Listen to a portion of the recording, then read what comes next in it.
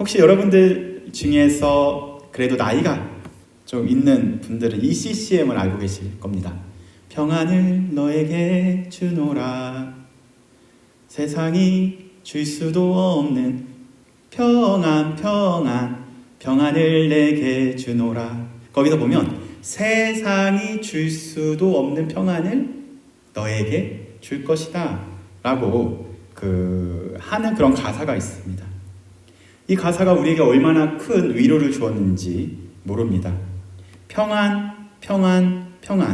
세상이 줄 수 없는 그 평안을 예수님께서 우리에게 주신다고 약속하셨던 그 성경 말씀을 기초로 해서 CCM 가사로 만든 거죠. 이 가사는 저도 그렇고 여러분들 삶 속에서 불안하고 힘들 때마다 위로를 주었었던 가사라 생각이 됩니다. 저 역시 힘들 때마다 이 찬양을 부르고 또한 들으면서 위로를 많이 받았습니다. 그리고 또한 기도회 때나 수련회 때 가게 되면 항상 불렀었던 찬양이죠. 그런데 문제는 이 찬양을 부르면서 평안을 느끼다가도 수련회가 끝나고 기도회가 끝나고 다시 일상으로 돌아가서 학교 또한 직장, 가정에 돌아가면 여전히 우리는 평안이 아니고 불안을 느끼곤 합니다. 그렇다면 정말로 세상이 줄 수 없는 그러한 평안을 우리의 일상 속에서 누리는 것이 가능할까요? 저도 돌이켜보면 인생에서 불안이 없었던 순간은 없었습니다. 고등학교 시절은 조금 더 좋은 대학을 가고 싶은 그러한 대학에 대한 압박감이 저에게 있었고요. 또한 대학을 입학하고 나서는 취업을 생각하면 괜히 불안해지기 시작을 했습니다. 그리고 청년회 때는 이런 질문을 했어요. 과연 내가 연애할 수 있을까? 과연 내가 결혼할 수 있을까? 그런 고민이 저에게 있었습니다. 그런 하나님의 은혜로 또한 아내의 자비로움으로 결혼도 하게 되었습니다. 그렇다면 결혼 이후에는 어땠을까요? 결혼 이후에도 가장으로서의 책임감은 여전히 있었던 거죠. 그러다 보니까 불안한 순간은 계속 지속되었습니다. 과연 저만 이렇게 불안한 상황 속에서 자라왔을까요? 사랑하는 성도님들은 어떠신가요? 매일 항상 그리스도 안에서 평안하신가요? 개인적인 고백이긴 하지만요. 개척을 하고 항상 평안했을까요? 아니면 불안했을까요? 잘 생각해 보니까요. 개척하고 나서 평안했었던 적보단 불안했었던 적이 더 많이 있었던 것 같습니다. 그러나 더 잘 생각해보고 깊이 생각해보니까요. 개척을 하지 않고 제가 어느 교회, 큰 교회에 있었던지 중형교회에 있었던지 상관없이 항상 불안함은 제 안에 있었습니다. 그러한 불안이 계속되었는데 한국에 있었을 때도 불안했지만 미국에 와서도 역시 불안함은 계속 지속되었습니다. 우리가 많이 불렀었던 평안을 내게 주노라. 주님께서 이 평안을 주신다고 약속하셨는데 그런 평안이 교회 말고 우리의 일상에서도 누리는 것이 가능할까요? 평안이라는 단어가 중국어로는 핑안입니다. 핑안. 그래서 대만 가서 핑안 그 노래 똑같은데요. 근데 그 평안을 히브리어는 샬롬입니다. 샬롬. 그래서 오늘은 히브리어로 옆사람이랑 인사를 하면 좋겠습니다. 옆사람에게 샬롬 하면서 인사를 한번 해볼까요? 샬롬 샬롬 평안하시죠? 샬롬이 평안입니다. 피스입니다. 피스. 성경에서 이 샬롬이라는 단어가 얼마나 많이 등장을 할까요? 제일 먼저 등장한 때는 사사기에 먼저 등장을 합니다. 사사기 6장 24절에 보면요. 기드온 때 등장을 하는데요. 한번 본문을 다 같이 읽어보면 좋겠습니다. 시작. 기드온이 여호와를 위하여 거기서 제단을 쌓고 그것을 여호와 살롬이라 하였더라. 그것이 오늘까지 아비에셀 사람에게 속한 오브라에 있더라. 여기서 보시게 되면 여호와 살롬 앞에 풋노트 1이 쓰여져 있죠.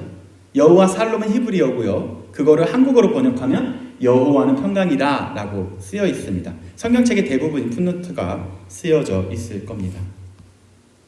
사실 그러나 여호와 샬롬이 이 구절에 적절한지는 우리가 돌아볼 필요가 있습니다. 왜냐하면 이때 당시 기드온은 여호와 샬롬 할 수 없는 상황이었습니다. 이 당시 배경을 살펴보게 되면요, 기드온은 숨어서 지냈었고 두려워하는 상황 속에서, 그러한 상황 속에서 하나님을 대면하게 됩니다. 6장 1절 말씀을 보면 이렇게 그 사사기가 시작을 하는데요. 6장 1절 말씀 한번 다 같이 읽어보겠습니다. 시작. 이스라엘 자손이 또 여호와의 목전에 악을 행하였으므로 여호와께서 7년 동안 그들을 미디안 손에 넘겨주시니. 다시 말해 이스라엘 백성들은 누구의 통치를 받은 거예요? 미디안의 압제 속에서 살아가고 있었습니다. 몇 년 동안요? 7년 동안. 그 7년은 정말 암흑과 같은 상황이었습니다. 살 수 없는, 하루도 버틸 수 없는 그러한 날들이 나날이 반복되었던 거죠. 미디안이라는 나라는요, 잔혹하고 매우 공격적이고 야만스러운 나라로 유명한 나라입니다. 그들은 이스라엘 백성들을 끊임없이 괴롭힙니다. 좀 예를 들어서 그들이 매년 농작물을 키우고 또한 가축을 키우잖아요. 그럼 때가 되면 다 곡식이 자라면 그때 미디안 군인들이 들어와요. 그래서 그 곡식들을 다 먹어버리고요. 그리고 가축들도 다 잡아갑니다. 그리고 그 다음에 또 와요. 그리고 자기 눈에 보이는 이스라엘 백성들을 노예로 잡아가고 종으로 잡아가며 또한 죽이기까지 하는 그러한 배경 속에서 그들은 살아가고 있었습니다. 그러다 보니까 많은 사람들은 어디에서 살았냐면요, 산이라든지 혹은 동굴 같은 데 숨어서 살아야만 했습니다. 오늘 등장한 이 기드온 역시 이러한 두려움 속에서 포도주 틀이라는 틀에서 그 밀을 타작하는 데 있습니다. 그곳에서 미디안에게 들키지 않기 위해 숨어 살아갔습니다. 이렇게 미디안의 압제 속에서 나날이 불안하고 두려움 가운데 살아가고 있었던 이 기드온에게 하나님께서 나타나신 거죠. 절대로 평안을 누릴 수 없는 그러한 상황 속에서 하나님께서 이 바로 기드온에게 찾아가십니다. 저도 전에 말레이시아라는 그 그 나라에 살았습니다. 제가 살았던 곳은 동말레이시아였습니다. 동말레이시아에서 선교 사역을 감당했었는데요. 제가 살았었던 지역은 인도네시아와 필리핀과 좀 가까이 있었던 나라였습니다. 그곳은 필리핀에서 더 이상 먹고 살 곳이 없어서, 먹고 살 수가 없어서 몰래 배를 타고 말레이시아로 도망 온 사람들이 마을을 이루어서 살아갔습니다. 한번 지도를 한번 보여드릴까요? 지도가 아니고 사진을. 제가 있었던 지역은 이 지역이었었는데 유일하게 학교 하나가 있습니다. 이 학교에 그 아이들이 모여서 살았던 곳이고요. 그들의 집은 항상 이렇게 이런 뭘까요? 이 화장실이 따로 없어요.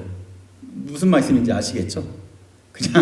그냥 화장실 따로 없고 집 안에서 소변, 대변을 다 보면 아래로 떨어지는 거예요. 그 위에서 집을 지으면서 살아가는 게 이들의 인생이었습니다. 불법으로 넘어왔기 때문에 이들은 합법적으로 직장을 얻을 수가 없습니다. 그래서 6학년이 지나고 나서는 그들은 공장에 취업을 하게 되죠.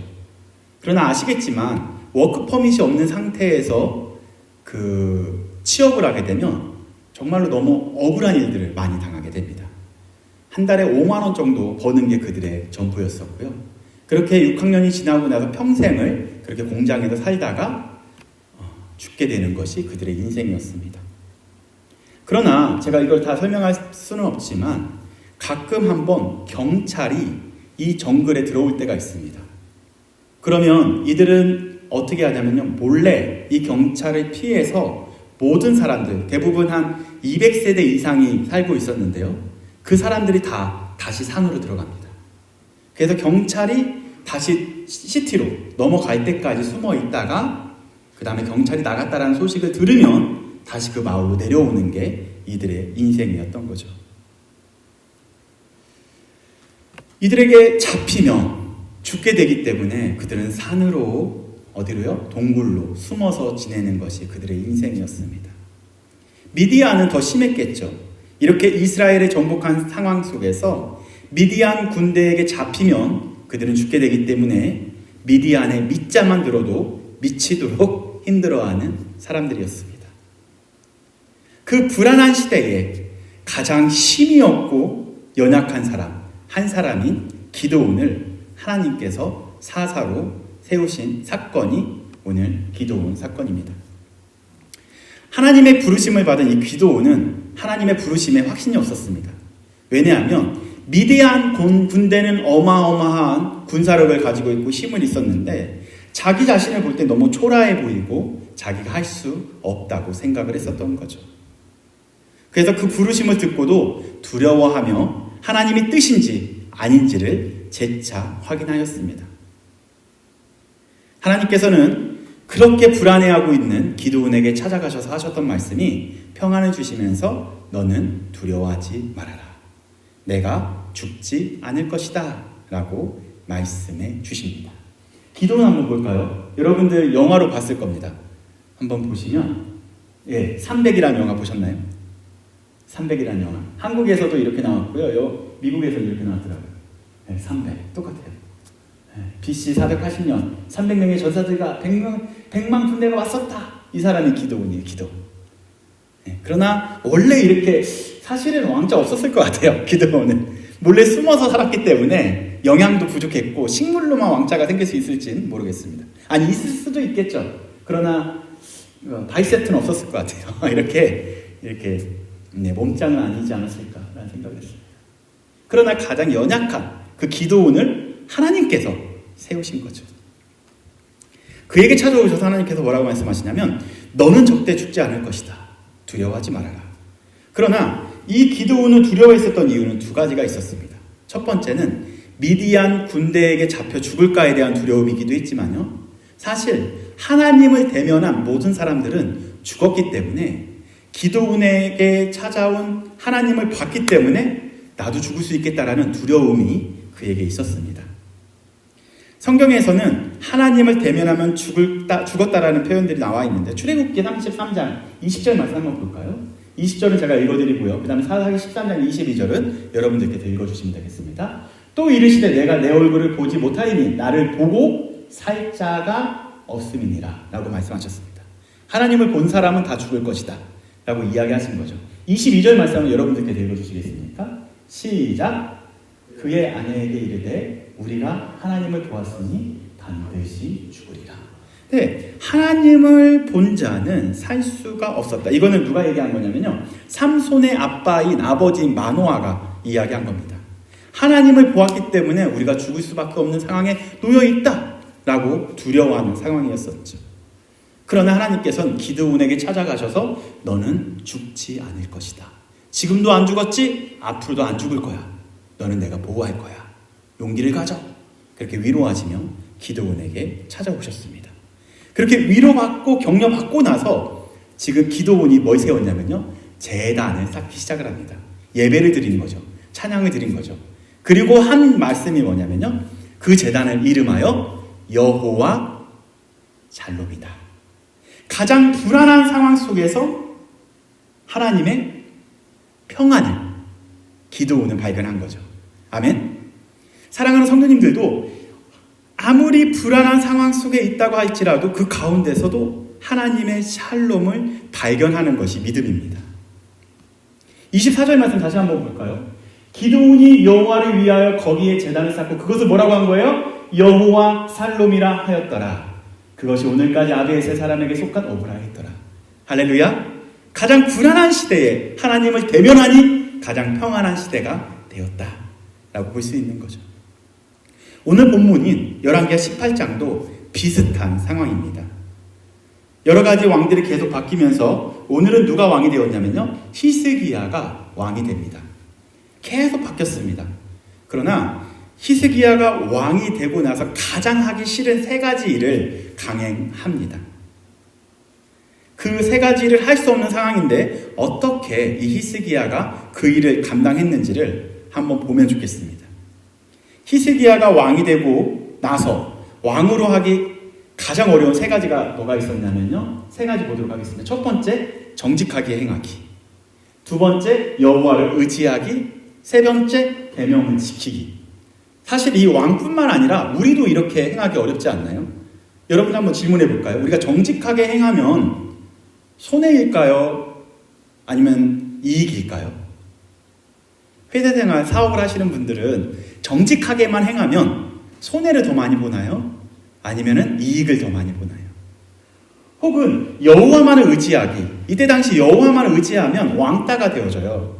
내가 기독교인이라 하면은 여러분들 왕따 시킨다면 기독교인으로 살아가겠습니까? 근데 그 당시는 기독교인이라는 것이 딱 잡히면 다 왕따 시키는 거예요. 왕이 왕따가 될 수 있을까요? 그럼 왕따 시켜요. 그런 시대적 배경 속에서 여호와를 의지하기 쉬웠을까요? 결코 쉽지 않았던 거죠. 세 번째, 계명을 지키기. 십계명, 지금도 지키기 어렵지 않나요? 그렇게 이 세 가지를 과연 이 히스기야가 어떻게 했을지 한번 보도록 하겠습니다. 우선적으로 정직하게 행하는 것이 왜 어려웠는지 보도록 하겠습니다. 왕으로서 정직하게 행한다는 것은 매우 힘든 일입니다. 역사적으로 그 선대 왕들을 보게 되면요, 한 명도 정직하게 행한 왕자들이 없었습니다. 왜 그러냐면요, 정직하게 행하면 오히려 손해를 보는 이들이 많았기 때문에 그렇죠. 정직하게 행하면 정치적인 불이익이 있고요, 권력을 유지하기 어려울 수도 있습니다. 그래서 그들은 무엇을 택했냐면요, 현실에 타협하거나 또한 부정한 길을 선택합니다. 하지만 오늘 나타난 그 등장한 히스기야는 이러한 현실적인 어려움 속에서도 하나님 앞에서 정직하게 행하는 것을 선택합니다. 우리 3절 말씀 한번 읽어볼까요?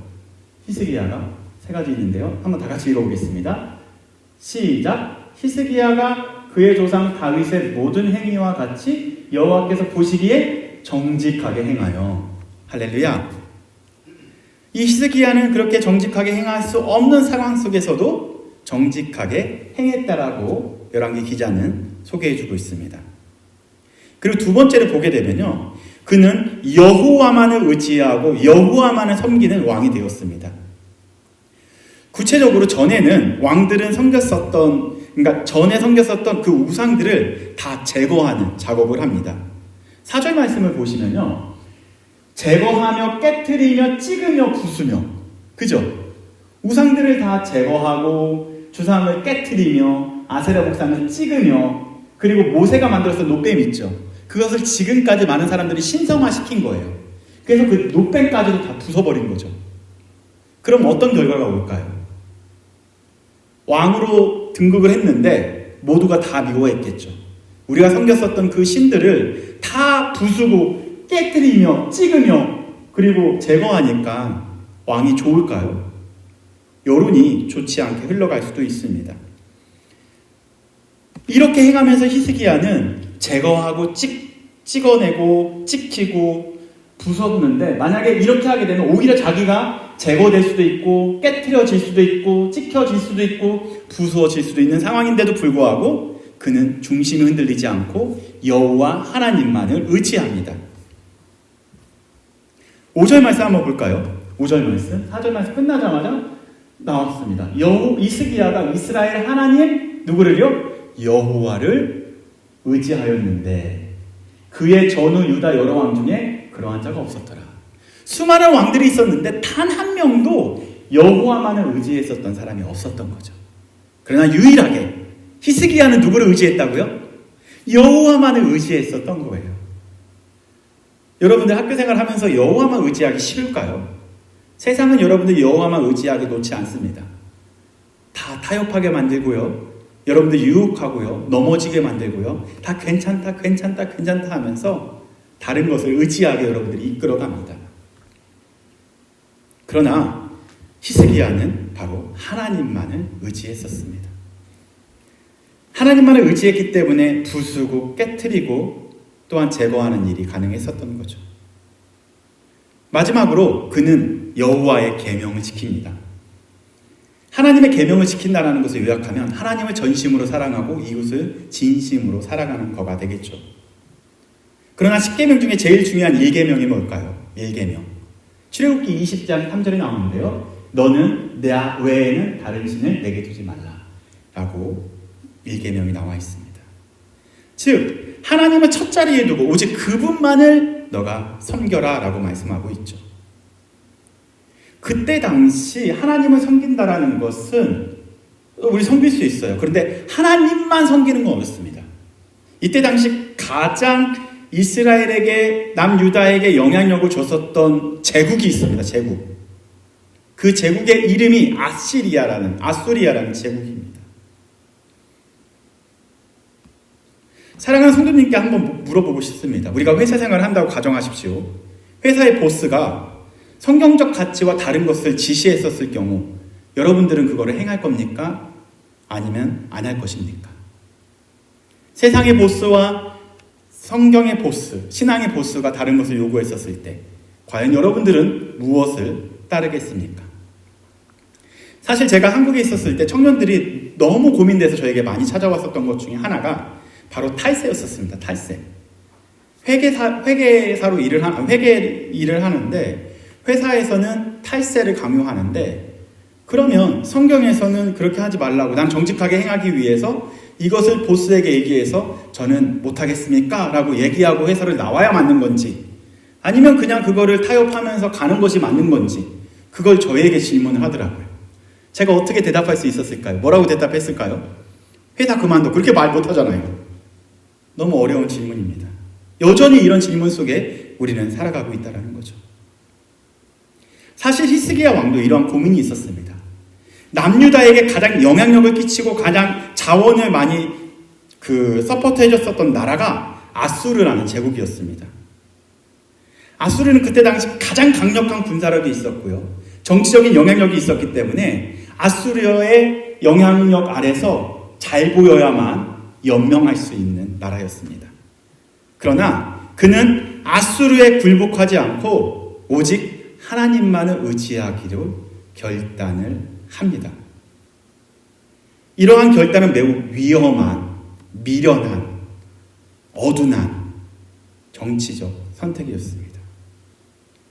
아수르의 군사적, 경제적 압박에 저항하는 것은 남유다의 안전을 위협할 수 있었던 일이었기 때문에 그렇습니다. 그러나 히스기야는 오직 하나님께만 의지하며 그분의 말씀만 따르기로 결정을 합니다. 6절 말씀 볼까요? 6절 말씀. 곧 그가 여호와께 연합하여 그에게서 떠나지 아니하고 여호와께서 모세에게 명령하신 무엇을 지켰다고요? 계명을 지켰다 라고 이야기합니다. 이 세 가지를 했는데 6절 다음에 7절이 나옵니다. 7절에 뭐라고 나오냐면요, 이렇게 나옵니다. 여호와께서 그와 함께 하시며 그가 어디로 가든지 형통하였더라. 저가 아수르의 왕을 어떻게 했다고요? 배반하였다 라고 이야기합니다. 이 배반하다라는 것은 의도적으로 적극적으로 반항했다라는 거예요. 너는 우상을 섬기고 나에게 잘 보이면 내가 너 성공시켜줄게 했었던 그런 영향력이 있었던 아수르의 말을 듣지 않고 나는 그냥 하나님만 섬기기로 했다. 너는 네 갈 길 가. 나는 아무리 나를 압제하고 압박하고 나를 흔들려고 하더라도 나는 하나님께서 가르쳐주신 그 계명을 지키면서 하나님만을 섬길 거야 라고 당당하게 이야기했다라는 거죠. 둥둥 두둥. 우리가 과연 이렇게 살아갈 수 있을까요? 그의 이러한 결단과 결정이 앞으로의 남유다를 어떻게 만들었을까요? 기드온과 히스기야의 공통점이 있었습니다. 그들은 바로 여호와의 샬롬을 가장 불안한 시기에 경험을 한 자들이었습니다. 아무리 불안한 상황이라고 할지라도 불안한 상황 속에서 평강의 하나님을 눈으로 목격했기 때문에 이 세 가지를 결단하고 행하는데 가능했었다는 거죠. 그렇다면 이 어려운 결단을 한 남유다는 추락의 길로 갔을까요? 뒤를 잘 읽어보십시오. 그 후에 남유다는 샬롬을 경험합니다. 바로 평안의 시기를 경험하게 됩니다. 하나님이 지켜주시는 지키심을 그들은 맞이하게 됩니다. 그들은 지금까지 돈과 권력, 외교력, 전처세술, 우상 숭배가 그러한 종교심이 자신들을 지켜줄 것이다라고 믿었지만, 그래서 신앙적 결단을 못했는데, 이 히스기야가 하나님만 의지하다 보니 하나님께서 이 나라를 지키시는구나, 샬롬으로 우리를 이끄시는구나 라는 것을 경험했다라는 거죠. 왕이 되고 가장 하기 힘든 세 가지를 어떻게 했다고요? 정직하게 행하는 것, 여호와를 의지하고 섬기는 것, 하나님의 계명을 지키는 것, 이 세 가지가 가장 힘든 것입니다. 그러나 이 세 가지를 결단하고 실행할 수 있었던 이유는 단 한 가지, 여호와 샬롬의 하나님께서 기드온에게 나타나서 힘을 주셨던 것처럼 히스기야 왕에게도 나타나셔서 동일한 힘을 주셨기 때문에 그는 정직하게 행할 수 있었고요, 여호와만 의지할 수 있었고요, 마지막으로 하나님의 계명을 지킬 수 있었습니다. 종종 우리는 정직하게 행하기 위하여, 여호와만 의지하기 위하여, 하나님의 계명을 지키기 위하여 우리는 종교적인 행위를 하려고 합니다. 열심히 종교인이 되어서 내가 정직하게 행해야지, 내가 여호와를 의지해야지, 내가 여호와의 계명을 지켜야지 라고 결단을 하면 우리는 분명 나는 그렇게 못하는 사람이구나 라고 연약한 나의 모습을 발견하게 될 것입니다. 그리고 한두 번 정도 이렇게 행하다가도 또다시 넘어지는 나의 모습을 재발견하게 됩니다. 사랑하는 성도님들께 마지막으로 말씀드리고 싶은 것은 바로 예수 그리스도께서 완전하게 이러한 것을 완성하셨다라는 거죠. 다시 말해 예수 그리스도 그분께서 온전히 정직하게 행하셨고, 예수 그리스도 그분께서 온전히 여호와를 의지하셨고, 예수 그리스도 그분께서 온전히 여호와의 계명을 지키셨습니다. 예수 그리스도 그분께서 여러분들을 이렇게 이끄실 것입니다. 우리에게는 여전히 불안함이 있습니다.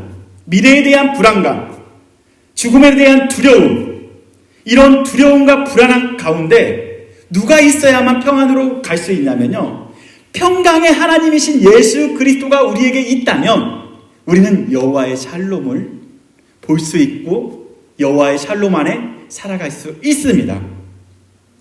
불안한 일상에서 평안의 일상으로 바뀔 수가 있다는 거죠. 이번 주간에도 나의 상황이 바뀌어야만이 평안하다라고 고백하는 우리가 아니라, 나의 상황은 동일하게 불안한 상황이라고 할지라도 우리 안에 누가 있기 때문에, 평강의 하나님이 계시기 때문에, 하나님 여호와 샬롬이 우리 안에 있기 때문에 우리는 평안할 수 있는 것이죠. 평안의 하나님께서 여러분들과 함께 계신다면 어떠한 상황이라고 할지라도 여러분들은 샬롬의 일상을 살아갈 수 있습니다. 그 여호와의 샬롬을 일상에서 경험하시는 저와 여러분들이 되었으면 좋겠습니다. 우리가 학교를 가도, 직장을 가도, 아니면은 일터로 가든, 가정을 가든, 그리고 우리가 섬기고 있는 YMCA 도움 가드를 하던, 어디를 가든지, 또 교회를 가든지, 가정을 가든지 여호와가 우리와 함께 하신다면 우리는 여호와의 샬롬을 발견할 수 있다는 거예요. 교회 안에서만 여호와의 샬롬을 발견하는 것이 아니고요, 여러분이 가는 곳곳에 여호와의 샬롬이 계속 확장되어진다는 거죠.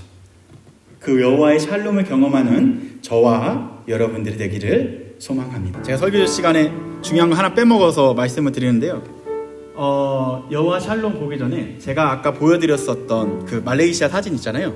그 지역을 보시게 되면 원래 학교가 하나였었어요. 그들을 교육하는 학교가 하나였었는데요, 최근에 제가 들어가서 봤거든요. 근데 이렇게 학교가 좋아졌어요. 그때 당시에는 희망도 없고 소망도 없고 왜 내가 여기 있지? 굳이 여기 있을 필요가 없는데 라고 생각했었는데요, 제가 얼마 전에 들어가서 보니까 너무 일단 때깔이 달라졌죠. 아이들 교복도 있고 제대로 된 가르침도 있고, 이 친구들이 다 무슬림 아이들이에요. 근데 어느 순간부터 히잡도 벗고 있는, 이만큼 많이 바뀌었다라는 것을 제가 보면서, 하나님은 언젠간 하나님께서 하나님의 일을 하시는구나, 평강으로 이끄시는구나, 이 절망 가운데 있는 아이들을 평강 가운데로 이끄셨던 그 하나님은 과연 우리들 삶 가운데서도 함께 계시다면 언젠가 별로 안 좋아 보일 수도 있지만 우리를 평화로운 가운데 우리를 이끄신다라는 확신을 믿고 살아가셨으면 좋겠습니다.